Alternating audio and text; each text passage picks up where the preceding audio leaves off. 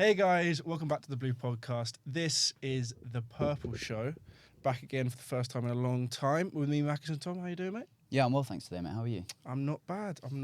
And we actually have a returning Purple Show member. Yeah. Nick, how you doing? I'm very well, thank you. Good to be in the studio. Yeah, first time, obviously, the last time I did it was on a Zoom or whatever it was, and it's a lot different now. Yeah. Podcast is going places, mate. We hope so. Well, it's been an interesting week of football. Some more positive results, some more negative results, and we thought it would be a good opportunity to kind of review and predict what's going to happen in the season coming up. Yeah, just a little mid-season review. Obviously, we've got the Champions League first knockout rounds have just finished at the time of recording, and yesterday's results, I think the main takeaways were City drawing with Nottingham Forest and Arsenal beating Villa 4-2. So that sort of sets the stage for the title race, and we're going to talk a lot about how badly Chelsea are doing, aren't we, Mackers? Unfortunately, we are, yes. Yeah, that's going to be the most interesting part for me. Where do you want to kick things off? I don't really want to kick off things with Chelsea, but I feel like it's the most appropriate just as a starting point. We've, 2 wins in 15? 2 wins in 15 games, and I just think that the most important question is, does Graham Potter have to leave? I mean, my God. Let's hope at the time of recording, at the time of release, that Graham Potter hasn't already left, so we can this debate actually holds value. Yeah, true. But Nick, I want to go to you straight away because obviously you're the special guest on today's Purple Show. Should Graham Potter still be in a job at Chelsea? And 2 wins in 15 is dreadful for a Chelsea manager. I know there's a lot of sort of turmoil or a lot of activity going on behind the scenes at Chelsea, but 2 wins in 15 is certainly not acceptable for a club like Chelsea. They're 10th in the league. I think they're only 5 points off us. There has to be some sort of uncertainty around Graham Potter's job. I don't think I've heard any rumours of him maybe losing his job, but certainly 1-2 games away, another negative result, and I think he should really be gone. Well, this is the thing, isn't it? I mean, there's not been much mainstream media attention towards Potter losing his job because obviously Bowley's given him full support. They paid a fortune to get him out of Brighton, but Twitter is all over it, and even just seeing the ratio of comments to likes on the Chelsea Twitter post yesterday at the final result, and it's all just Graham Potter has to go. Yeah. With the spending that Todd Bowley's implemented, Mackers, does he stay for you, or is it time? It's such a difficult question because, I mean, we'll get onto this later on the podcast as well, but no one knows the best start in Chelsea 11.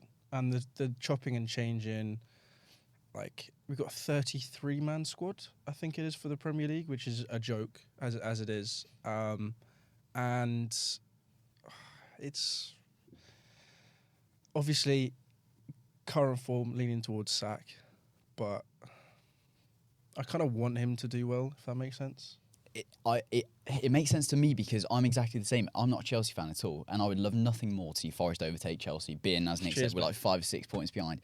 I would love nothing more to see that, but at the same time, Graham Potter seems like a nice bloke. He's worked his way up through the football system. I'd like to see him succeed. I'd like to see an English manager be given all of that money and then still be successful as a result. But this is the thing, you paid a fortune to get him. You're going to have to pay a fortune to terminate his contract.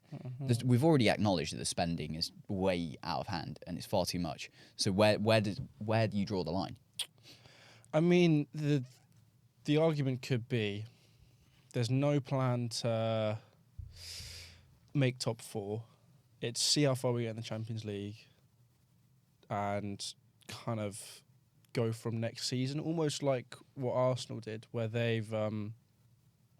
they're not in Europe this season, and look at them now. They're challenging for the title race. It could almost be I mean, we all know as well, all of these signings are not necessarily for the now. They're all, 20-odd, 2019, 18. I mean, even Santos, who was actually at the game for the first time yesterday, is 18.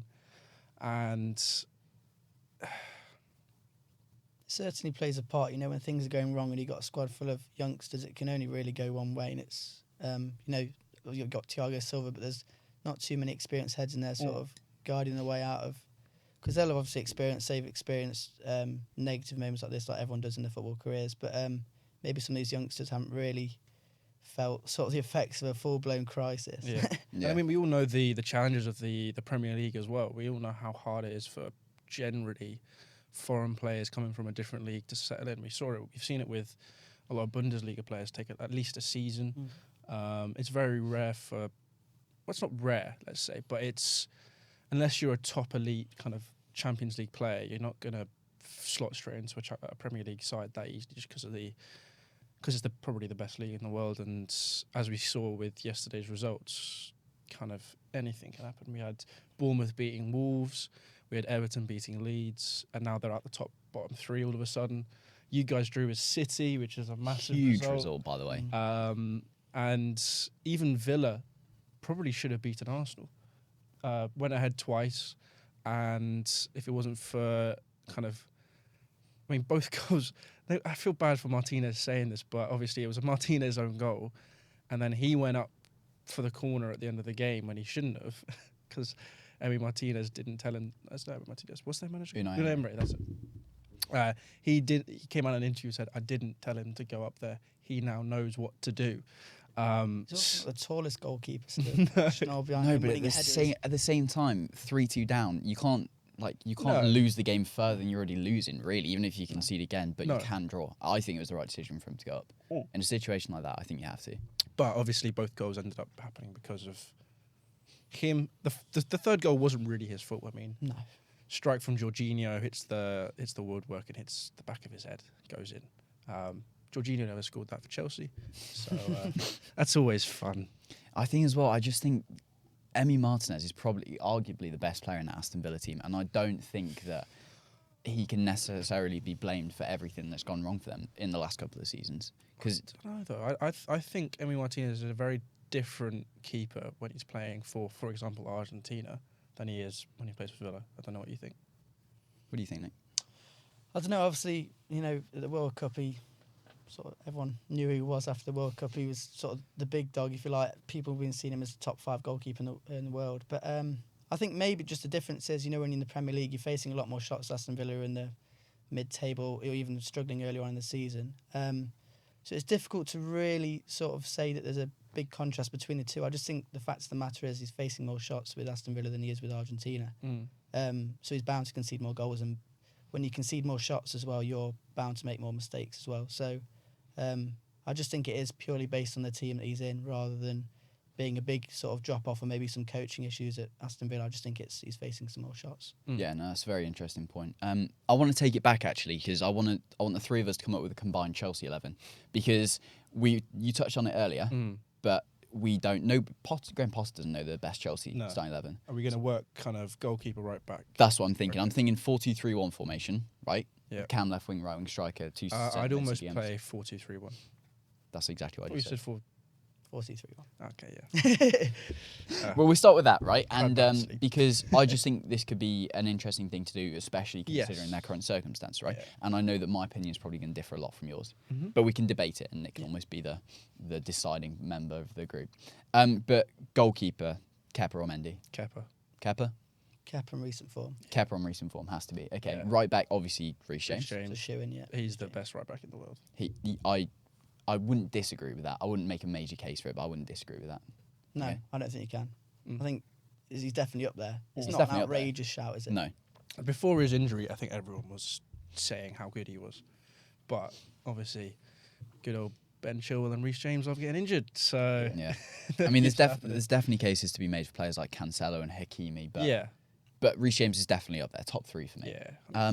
Left back, for me, Ben Chilwell. Yeah, Chilwell. I saw Cucurella at Forest the other week, whenever it was, New Year's Day, and he was terrible. He is, and whenever I see him on telly, he just drops clanger after clanger. He's been our weakest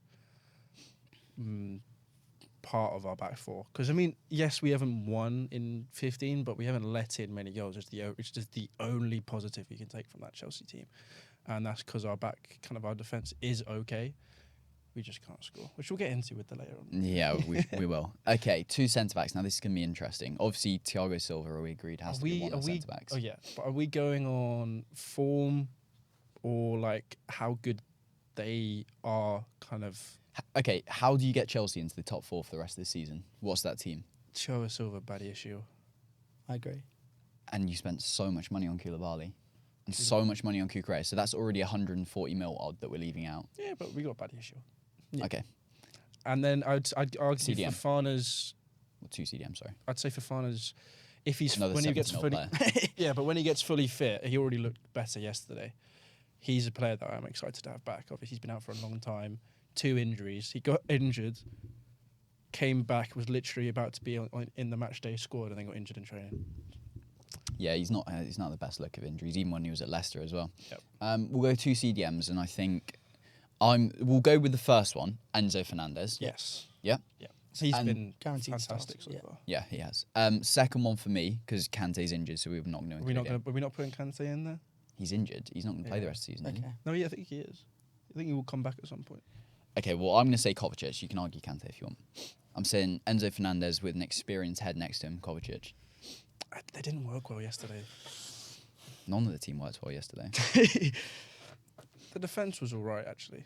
Like, bear in mind, they had to score a James Ward-Prowse A free kick, free yeah. kick. But it is Southampton. Yeah. I love Kovacic. And I think he's probably our second best midfielder after Enzo now. Mm-hmm. Who else is there? Loftus-Cheek, no. Not Loftus-Cheek, Cheek. Gallagher. You could play Mount back there if you really wanted, but I wouldn't. I don't think Mount gets in the team. I think anymore. I'll be honest. I know Enzo Fernandez is class, but I've been really unimpressed with him so far for Chelsea. Enzo Fernandez? Yeah, really unimpressed. So bear in mind, I'm not watching the full-length matches. I'm just seeing Okay. highlights, and he's dispossessed far too easily. Gives the ball away really cheaply No, sometimes. you're not watching the full 90 minutes. Of course I'm not. It's just Yeah. based on the highlights. Also, Yeah. wait, are you looking at this on Twitter?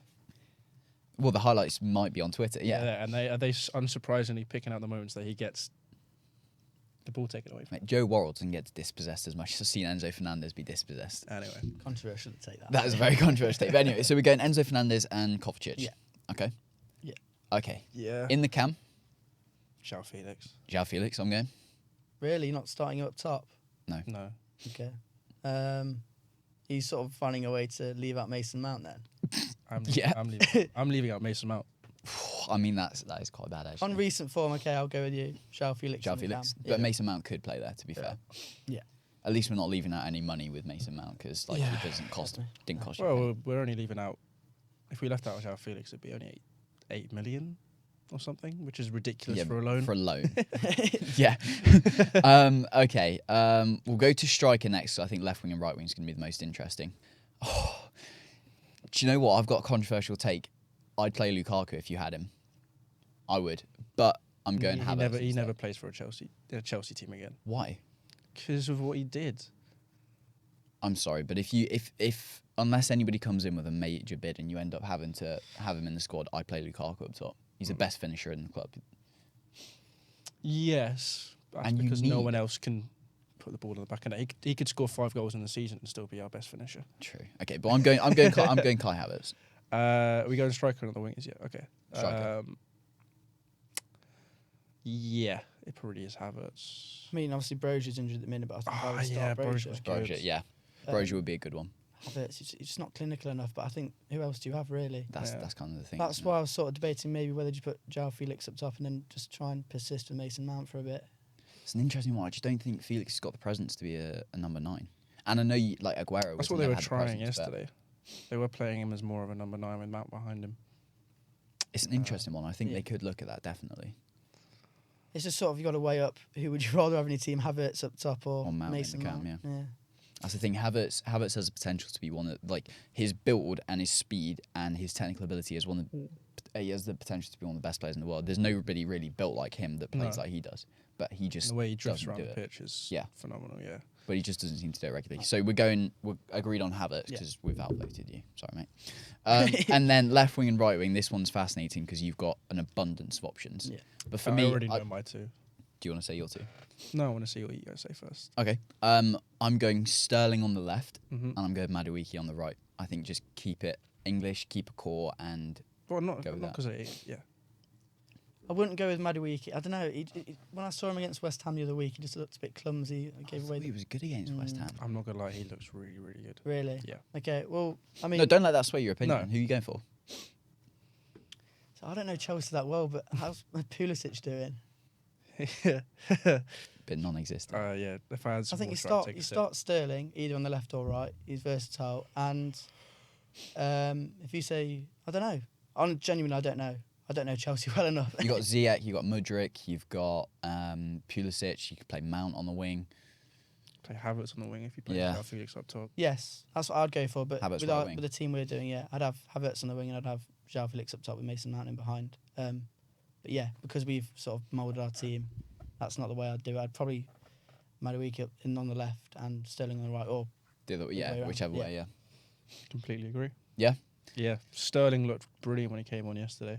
He was he had a header cleared off the line, and then I saw that. Yeah, and then the keeper was on the floor and he had a shot, which then was blocked. But I think he shouldn't have touched. There was Enzo Fernandez. So he has the header, which gets blocked. Enzo Fernandez is behind him, and then Sterling has to kind of almost reach his foot up to pluck it out of the air and then take it round and then kind of get a not as strong shot off. Enzo Fernandez was behind him, very ready to absolutely pop that. That'd have been very difficult to block. But yeah, he was the difference maker. Having Fofana instead of Koulibaly as well, massive difference. We just looked so much more solid in defence. And unsurprisingly, Koulibaly got booked about 5-10 minutes into the game. Yeah, sorry, nearly got sent off as well by the sounds of it. So that's the team we're going with. Yeah. We've got Kepa, we've got Chilwell and James, when we've got Badiashile and Thiago Silva, Enzo and Kovacic in the holding, and then we've gone for João Felix in the 10, Havertz up top, and then Sterling and Madueke on the wings. Yeah. I just think that gives Chelsea the best chance of success for the rest of the season. 100%. To be honest, you got to build the team together. It's pretty much the team that started against Dortmund, apart from Koulibaly. Yeah, maybe. Yeah. Badiashile. I just think, obviously Sterling instead of Mudryk. Well, that's the thing. 80 million on the Ukrainian Theo Walcott is just not a good investment at all, and he's not proved he's any good. He's 20. Like there's he's got so many years on him to become fruitful. Madueke is 20. João Felix is 22. 22, 23. Havertz is still 23, I think. Mount's 23. How old's Enzo? Enzo's 21. Yeah, there we go. Like, the future is... We got Santos as well on the bench, who I'm actually really excited about. So maybe sort of sacrificing the end of this season. That's what I think is going to happen. I don't think... The greater good, and just let the team grow together, and then maybe in 2 or 3 years' time you'll be... Potentially, yeah. Very good. Because who... I mean, this is a question for you guys. If we sack Potter, who are we getting in? Zidane, potentially. To be able to attract Zidane, being 10th in the league. With the amount of money you're spending, that's true. Potentially. Personally, I wouldn't sack Potter. Yeah. I wouldn't. No, I think you do have to stick with him. Particularly, you've given him all this money to spend. You can't just sack him now. And it's the whole thing as well that they've been trying to build at Chelsea is kind of getting rid of player power, right? If you sack the manager whilst you're trying to create this ethos of kind of the whole team is a team, including the manager and the staff and the players. You sack the manager, all his staff's going to go as well because they've been together for years.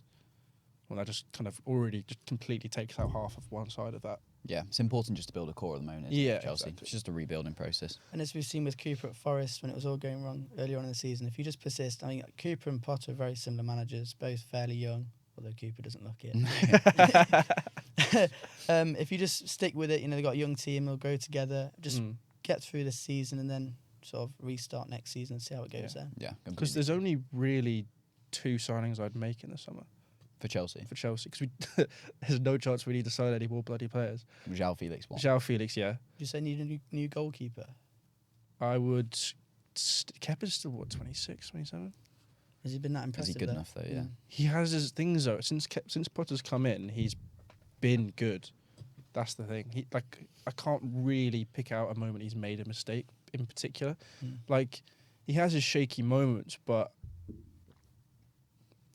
it's a tough one. It is a tough one, obviously, because obviously he's got that massive price tag. I think he's still got a few seasons left in his contract as well. So, yeah. But let's move on to the title race, I think, and then we'll finish with the relegation. Yeah, sure. So for the title race, just quick fire. Who's winning the league? Give me your 2, 3, and give me your 4. Nick, I want to start with you. I think after yesterday's showing, I think Arsenal are going to win the league. Okay. Fuck.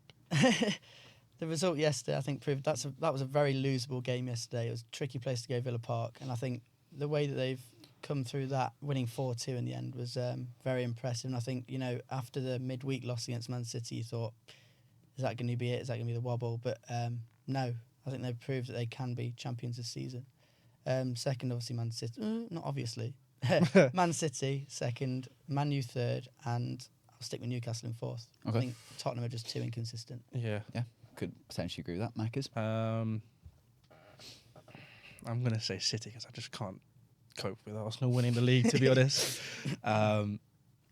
So, yeah, City first. Just please just win the league. I don't care if you win it 3 seasons in a row. Just don't let Arsenal win it. I know I sound like a salty Chelsea fan. You but do sound like a salty Chelsea fan. That might be because I am. Yeah. There you go. And then, yeah, City first, Arsenal second. I want to say Newcastle third, but they just lost to Liverpool. I don't think Spurs get top 4. But who gets in instead? Yeah, I'll go Newcastle third, Liverpool fourth. Okay. If the teams are sort of faltering a little bit, Newcastle and Tottenham, Brighton able to catch and get in that conversation. Well, let me do mine, Yeah. and then we can maybe touch on Brighton. So I'm going Arsenal win the league.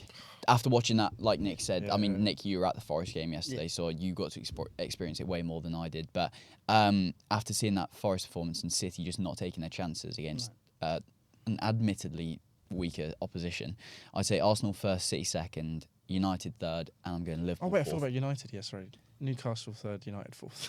Okay, yeah, well, I'm going Manchester United third, and then Liverpool fourth, and Brighton and Fulham. I would love to see them in at least a European spot.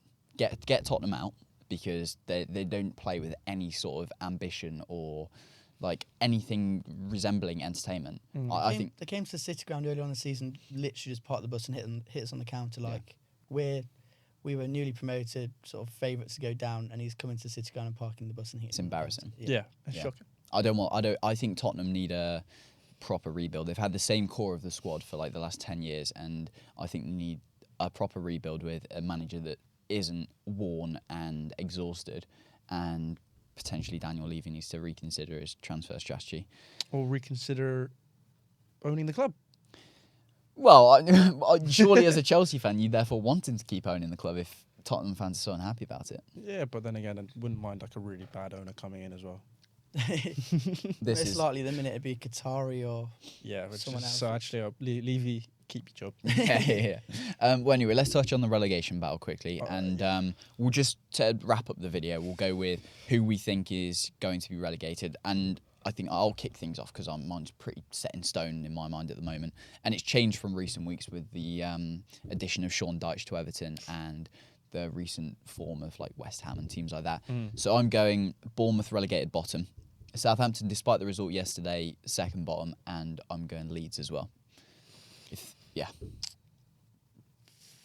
I agree. I think whenever I watch Leeds, the eye test suggests that they should be sort of a mid-table side, but they just, I don't know, them and sort of the West Hams and the Wolves just don't get results. And if you're thinking the worst 3 teams in the league, sort of taking into account the league table as well. And then we saw Bournemouth and Southampton picking up good results, but I still think they're going to go down. And judging by the league table, I don't think West Ham are going to go down. I don't think Wolves are going to go down. I think Leeds and Everton as well. I don't think Everton will go down under Dyche. I think it just leaves Leeds at the bottom. Yeah. Bottom 3. So yeah, Leeds, same as you. Leeds, Southampton, and Bournemouth.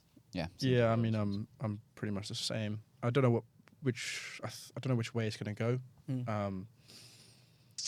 You can't see West Ham and Everton and Wolves actually capitulating that much.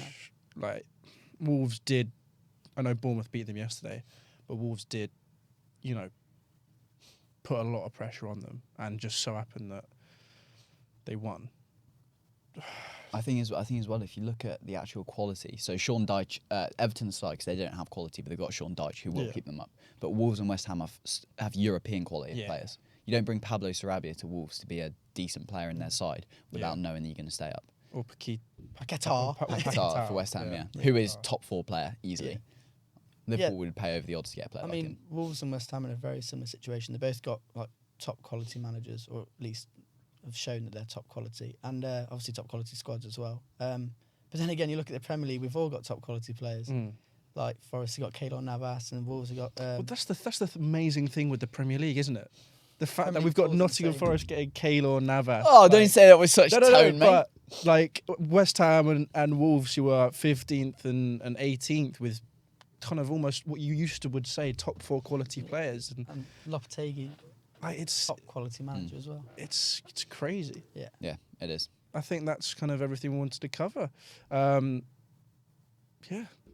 mind's just gone blank. That's all right. Thank you very much for watching, guys. If you did enjoy the Purple Show returning, Yes. then definitely let us know in the comments and like the video, because we will produce more of this sort of football content, won't we? Yes, so it's kind of almost let us know if you'd rather have some Marvel content like we did with the Gradient Show, or the Purple Show with some stuff like this. All right. Cheers guys.